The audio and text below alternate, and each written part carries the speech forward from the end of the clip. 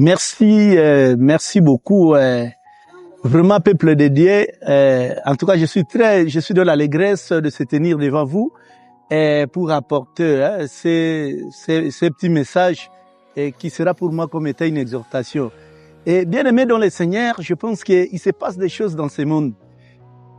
Il se passe des choses à la mesure où les gens maintenant n'ont pas vraiment peur, ne craignent pas Dieu. Les gens ne craignent pas Dieu. Bien aimé dans le Seigneur, les serviteurs de Dieu, tous les envoyés de Dieu, ce sont des gens qui sont quelque peu mystérieux. D'où les gens à qui vraiment ils doivent, qui méritent avoir du respect. Ce sont des gens qui doivent vraiment être respectés. Mais aujourd'hui, je vais parler sur une personnalité. Je vais parler sur Élie le Tishbite. Parce que actuellement, les sorciers et les consorts, les gens qui sont dans les loges, les gens qui sont dans les histoires occultes, et ils s'imaginent que ce sont eux maintenant qui dirigent ce monde. Or, le monde maintenant est dirigé maintenant par les chrétiens, par les gens intègres, ceux qui vivent dans les insidies de l'Éternel. Bien-aimés dans le Seigneur, lorsque quelqu'un a une commission de Dieu, ou lorsque quelqu'un est envoyé par Dieu, il faut le respecter. Mais il arrive souvent que un envoyé de Dieu soit toujours le sujet des persécutions par les incroyants, par les sorciers et les consorts. Je vais parler d'une personnalité bien aimée dans le Seigneur. Donc, nous avons Élie le Tishbite. C'est quelqu'un qui avait une commission de Dieu. Il avait une commission de Dieu. C'est un habitant de Galan. Alors, lui, il avait une commission de Dieu. Mais, je pense que nous allons lire ici dans le livre des Rois. Livre des Rois, chapitre 17. Écoutez la lecture. Je voudrais lire les 7 premiers versets, si le Seigneur le veut. Élie le Tishbite, l'un des habitants de Galan, dit à Akab, l'Éternel est vivant, le Dieu d'Israël, dont je suis le serviteur. Il n'y aura ces années ni rosée ni pluie, sinon à ma parole. Et la parole de l'Éternel fut adressée à Élie en ces termes. Dieu avait dit à Élie, pars d'ici, dirige-toi vers l'Orient et cache-toi près des torrents de Kérit, qui est en face de Jourdain. Tu boiras de l'eau du torrent et j'ai ordonné aux corbeaux de te nourrir. Il partit et fit selon l'Éternel ou la parole de l'Éternel et alla s'établir près des torrents de Kérit qui est en face de Jourdain. Les corbeaux lui apportèrent du pain et la viande les matins et du pain et de la viande le soir. Et il buvait de l'eau du torrent. Mais, au bout d'un certain temps, le torrent fut à sec, car il n'était pas tombé de pluie dans ces pays. Bien-aimés dans le Seigneur, je pense que les gens veulent blaguer avec les serviteurs de Dieu. Nous devons dire respect avec les serviteurs de Dieu. Quelqu'un qui est envoyé de Dieu. Élie le Tishbite était envoyé de Dieu. Et lui, il avait dit qu'il n'y aura pas de rosée, ni de pluie pendant 3 ans. Et Dieu l'avait demandé d'aller se cacher quelque part. De là où il était caché, bien aimé dans le Seigneur. Alors, lorsque les scribes, les Sanhédrin, les scribes, ils ont entendu cela et ils sont venus l'encercler. Mais un serviteur de Élie avait dit à Maître, mais vous ne voyez pas que nous sommes encerclés. Et nous sommes encerclés, ils étaient venus avec des chars et les consorts là, pour les encercler. Alors, lui dit, il répond à son serviteur, il dit que non, ne t'en fais pas.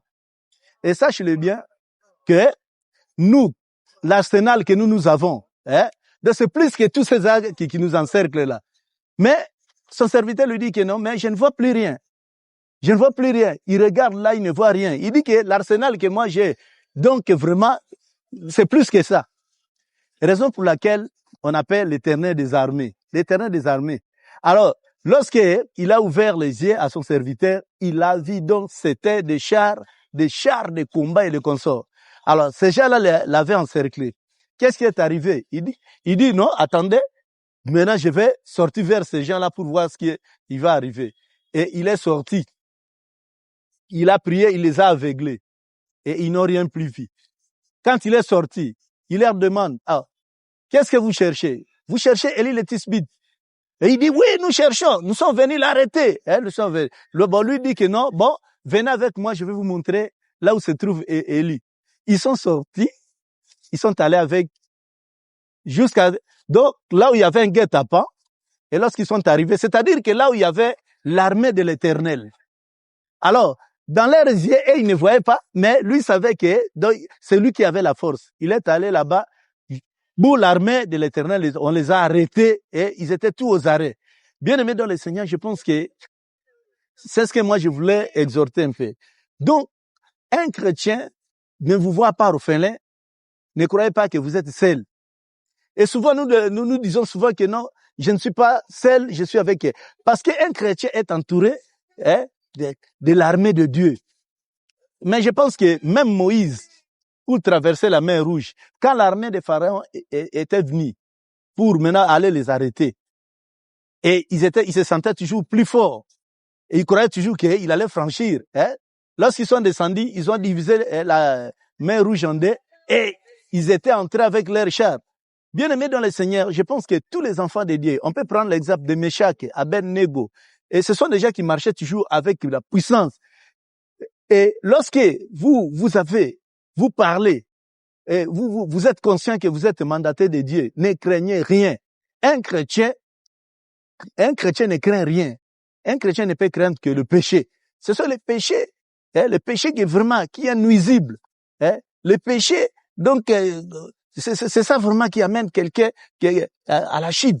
Donc, lorsque vous avez les ainsi dit l'Éternel, bien aimés dans le Seigneur, ne vous en faites pas.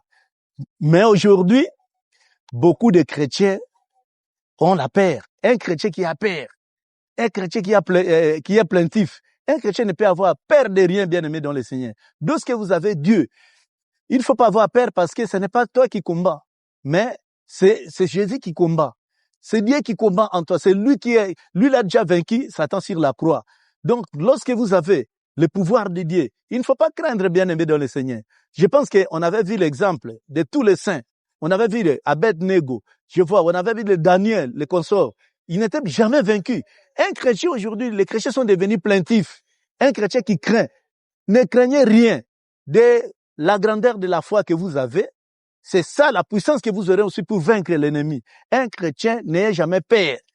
Un chrétien ne peut pas avoir peur parce que vous avez la force, vous avez tout. Vous voyez qu'Élie le Tisbite, il avait tout, il avait la force. Il avait tout. Il avait dit que pendant 3 ans, il n'aura ni rosée ni pluie. Et c'était exercé. Alors, là où il était caché, je pense que ce sont les corbeaux. Dieu avait ordonné aux corbeaux de le nourrir. Les corbeaux bien aimés dans le Seigneur étaient là pour le nourrir. Un chrétien, c'est quelqu'un qui a la force de Dieu. Quoi qu'il arrive, un chrétien ne peut manquer de rien. Même dans les dangers, l'Éternel est toujours capable d'envoyer les corbeaux, d'envoyer quelqu'un pour te servir. Aujourd'hui, bien aimé dans le Seigneur, les chrétiens, c'est quelqu'un qui ne se connaît, qui ne se connaissent pas. Un chrétien, des fois, il ne connaît pas sa force. Lorsqu'il est en face de problèmes, il craint, il devient plaintif. Ne craignez rien, bien aimé dans le Seigneur, parce que c'est Dieu maintenant qui est leur force et c'est Dieu qui va agir. Donc, si vous avez un problème, marchez toujours. On peut prendre l'exemple de Samson. Samson, s'il avait eu l'opportunité de lutter contre Goliath seulement parce que lorsqu'il avait trouvé que non, il avait tué un lion. Et il avait comparé le lion par rapport à lui, il dit que non, il ne savait même pas que la force qu'il avait. Donc les chrétiens, des fois, ce sont des gens qui ne se connaissent pas. Raison pour laquelle vous trouverez qu'un chrétien est devenu plaintif parce que il ne se connaît pas lui-même. Il ne se connaît pas la force qu'il a. La force qu'il a. Dehors, vous avez la force de vaincre les Satan. On a déjà vaincu. Un chrétien, c'est quelqu'un qui combat, qui est en train de livrer donc un combat en différé. Un combat en différé, c'est-à-dire qu'un combat qu'on a déjà gagné. Jésus a déjà gagné, mais nous sommes que des simples représentants. Donc, le combat pour nous, c'est Jésus qui combat pour nous, qui nous a rendus vainqueurs. Et sur la croix, vous avez trouvé que il les avait exposés en spectacle sur la croix, parce que lui, il avait la victoire. Lui, il avait la force de vaincre. Bien aimé dans le Seigneur, je pense que mon exhortation, je voudrais seulement exhorter les chrétiens de ne plus se décourager. Quoi qu'il arrive, même un problème. Parce que le diable vient toujours effrayer, vient toujours intimider. Mais celui qui a les ainsi dit l'Éternel, il ne peut pas être intimidé, il ne peut pas avoir peur de rien. Parce que lui, il a la force de vaincre. Il a la force de vaincre. Tous ceux qui nous ont précédés, ils avaient marché avec Dieu. Je pense que vous avez vu des victoires. Un chrétien ne chancelle pas. Aucun chrétien n'a jamais perdu le combat. Nous voyons tous ceux qui nous ont précédés. Mais nous voyons encore, même nos anciens, ils avaient livré un combat. Donc, un chrétien, c'est quelqu'un qui marche avec la victoire. N'ayez peur de rien, bien aimé dans le Seigneur, à chaque moment où vous êtes engagé. Donc, le message d'aujourd'hui, c'est ça exactement. Donc, que les chrétiens aient toujours de l'espérance, rien ne peut le renverser. Donc, c'est ça exactement le message de